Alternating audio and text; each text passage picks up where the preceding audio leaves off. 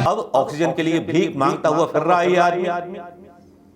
थाली डंडा बजवाने की बात छोड़ो, कटोरा लेकर के इसने हिंदुस्तान की बेइज्जती करा दी। 135 करोड़ उन लोगों के विश्वास को धोखा दिया जिन्होंने इसको वोट देकर के लोकतंत्र का प्रधानमंत्री बनवाया, अपना चौकीदार बनवाया। क्या इसके बारे में दीपक चौरसिया पूछ सकता है?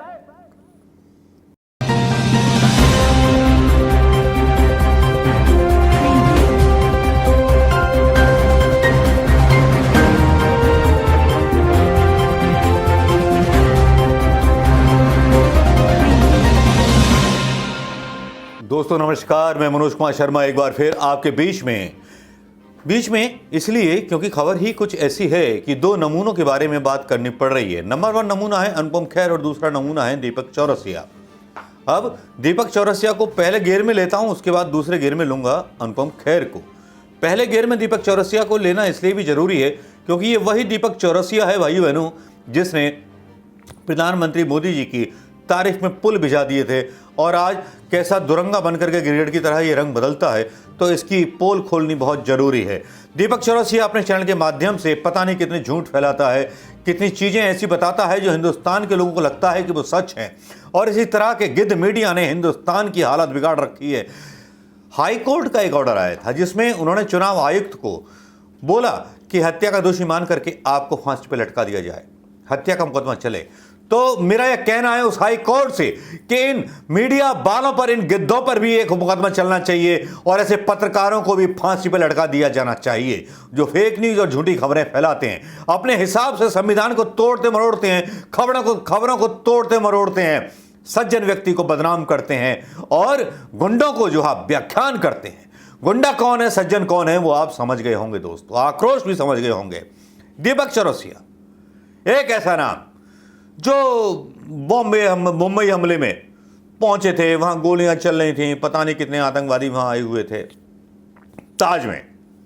इनका डायरेक्ट लाइव मैंने देखा था, तब शायद आज तक के लिए, स्टार प्लस के लिए काम करते थे। आज इतने बड़े चैनल के मालिक हो गए, इतने बड़े पैसे हो गए, पैसे आए कहां से? इनकी संपत्ति की जांच क्यों नहीं होती? आईबी की छापे इनके पास क्यों नहीं लगते? बाकी के विधायकों के पास तो लगते हैं। लेकिन चलिए छोड़िए, सरकार की मर्जी, गधा उनका, गधे को काजू खिलाएं या बादाम खिलाएं तो ये सरकार की मर्जी है ना।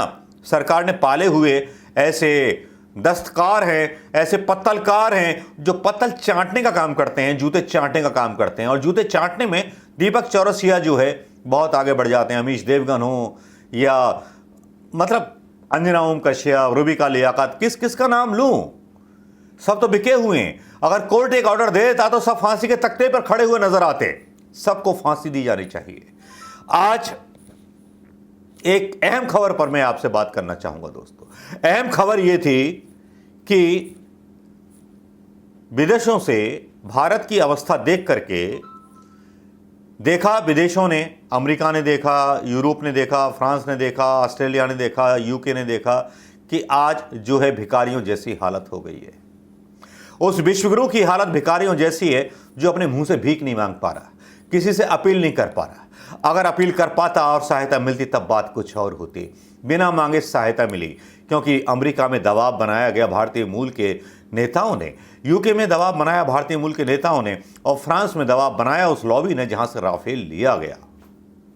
और सऊदीया से तो पेट्रोल या डीजल आ ही गया।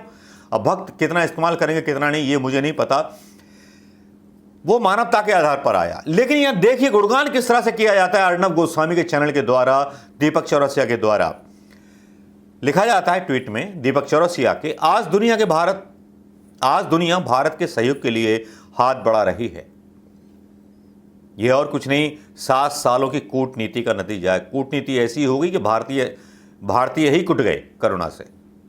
जर्मनी 23, फ्रांस 8, अमेरिका 11 ऑक्सीजन संयंत्र और सिंगापुर 4 क्रायोजेनिक ऑक्सीजन यूनिट दे रहा है।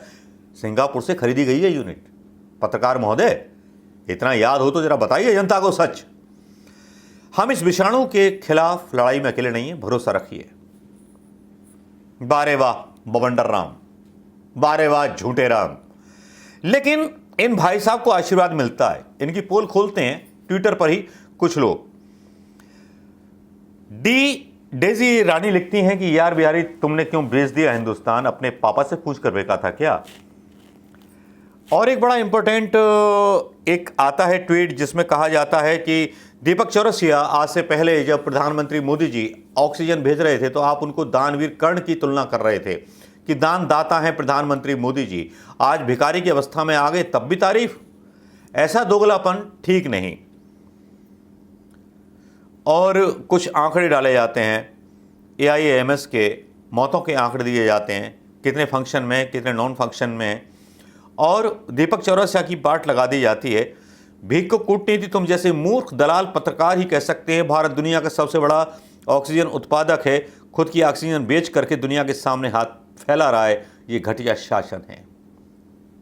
क्या दीपक चौरसिया ने प्रधानमंत्री मोदी जी की इस खबर को बताया कि प्रधानमंत्री मोदी जी ने अपने घर में बनी हुई ऑक्सीजन विदेशों को बेच दी और अब ऑक्सीजन के लिए भीख मांगता हुआ फिर रहा है ये आदमी? थाली डंडा बजवाने की बात छोड़ो, कटोरा लेकर के इसने हिंदुस्तान की बेइज्जती करा दी। 135 करोड़ उन लोगों के विश्वास को धोखा दिया जिन्होंने इसको वोट देकर के लोकतंत्र का प्रधानमंत्री बनवाया, अपना चौकीदार बनवाया। क्या इसके बारे में दीपक चौरसिया पूछ सकता है? क्या उसके घुटनों में, उसके पिछवाड़े में दम है? दम नहीं होगा।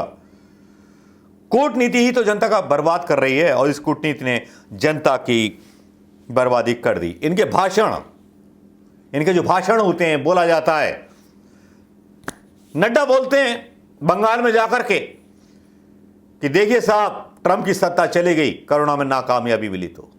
लेकिन मोदी जी ऐसे थे जिन्होंने कोरोना पे काबू पा लिया। लेकिन अब तो फटी पड़ी है ना, इस फटी हुई को सिल लो, अगर सिल सको तो। कौन सी सुई से सिलोगे? ये मीडिया नहीं बचा पाएगा।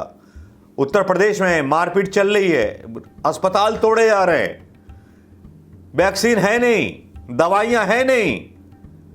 योगी जी बंसी बजा रहे हैं भगवान कृष्ण की तरह और ज्ञान दे रहे हैं कि यहां सब कुछ मौजूद है, यहां सब कुछ मिल जाएगा। वाकई अद्भुत ज्ञान है। इस अद्भुत ज्ञान को लेकर के हम भी जीना चाहेंगे।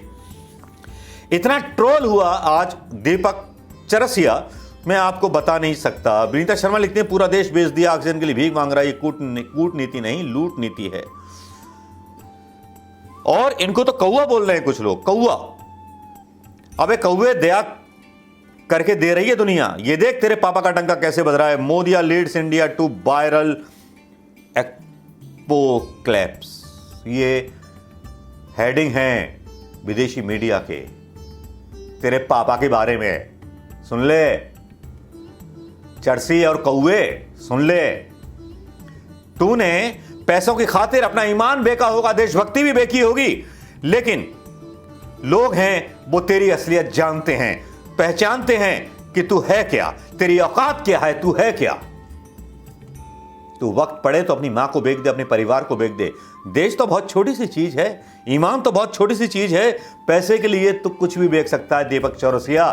तो जैसा शैतान धरती पे होना मुश्किल था, लेकिन कलयुग में तेरा चेहरा भी देखना हमारी बदनसीबी है। जिस तरह की तू एक पिक्चर बनाता है उस व्यक्ति की, जो व्यक्ति हर मामले में फेल हो गया, जिस व्यक्ति से तुम पूंछ दबा करके एक सवाल नहीं पूछ सकते, तो तुम काहे के पत्रकार हो बे? इससे अच्छा उसके दरबार में नाचने वाली घुंघरू बांध करके तवाइफा बन जाओ, ज्यादा अच्छा रहेगा। और तवाइफों से ज्यादा कुछ हो भी नहीं। अब दूसरे नमूने की बात करते हैं। दूसरा नमूना है अनुपम खेर। अनुपम खेर कल एक ट्वीट करता है जिसके बारे में बहुत सारी चर्चाएं चलती रहीं। लोगों ने, यूट्यूबर्स ने डाला भी अनुपम खेर के बारे में, क्योंकि अनुपम खेर ने मौतों को लेकर के बड़ा एक गीता जैसा बयान दिया था और कहा था कुछ भी कर लो आएगा तो मोदी ही। उसके बाद आज अनुपम खेर का एक बयान आया, उसको छोड़ करके उसके परिवार के पूरे लोग कोरोना संक्रमित हो गए। दुखी लग रहा था।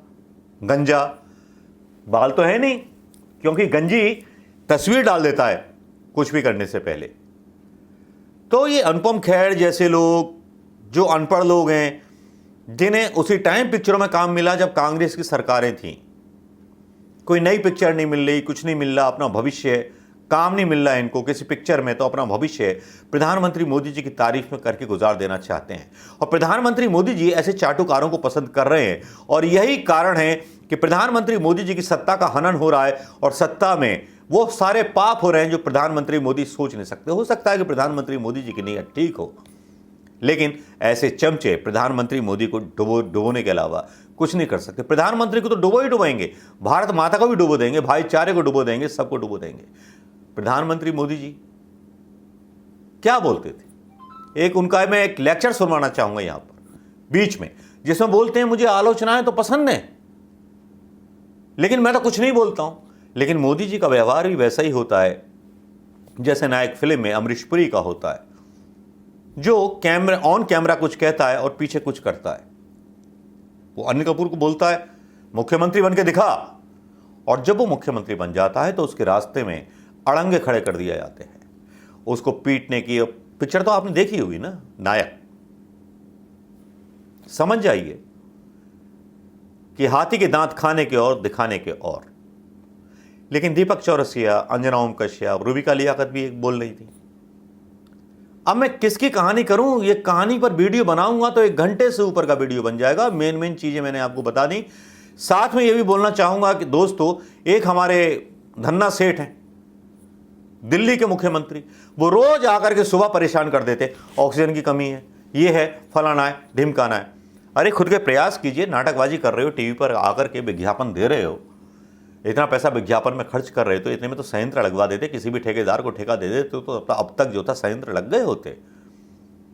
आपका यही काम है सुबह सुबह दिल्ली की जनता को टेंशन देना कि ऑक्सीजन नहीं है। आत्मनिर्भर बनो। प्रधानमंत्री मोदी के चमचे की तरह काम करता है दिल्ली का मतलब मुख्यमंत्री। हद है भाई। राजनीति का क्या खेल हो रहा, 17 सालों में ऐसा खेल पहले कभी नहीं देखा था। प्लेग पहले भी फैला था, जब कुंभ हुआ था और अंग्रेजों ने बैंड लगा दिया था कुंभ पर, लेकिन कुंभ का शाही स्नान हुआ। कोरोना फैलाने में चुनाव आयोग ने जहां बड़ी भूमिका अदा की कोर्ट के अनुसार, तो गोदी मीडिया भी उतना ही जिम्मेदार है कोरोना फैलाने के लिए। अगर आप मुझसे सहमत हैं दोस्तों, तो इस वीडियो को शेयर करना मत भूलिएगा, और क्या करना है, कमेंट करना मत भूलिएगा दोस्तों। नमस्कार, जय हिंद दोस्तों। नमस्कार।